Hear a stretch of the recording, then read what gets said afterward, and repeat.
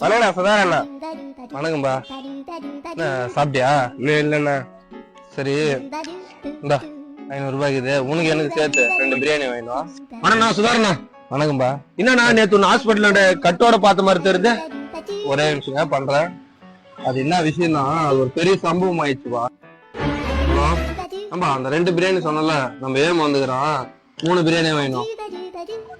அது நேத்து நம்ம டிராவலிங் வெளியே போயிருந்தோமா.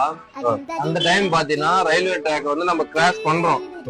நம்ம வண்டிக்கு முன்னாடி ஒரு ஸ்கூல் பஸ் மாட்டிச்சு ட்ராக்ல. டக்குன்னு என்ன பண்றது, ட்ரெயின் கிட்ட வந்துச்சு.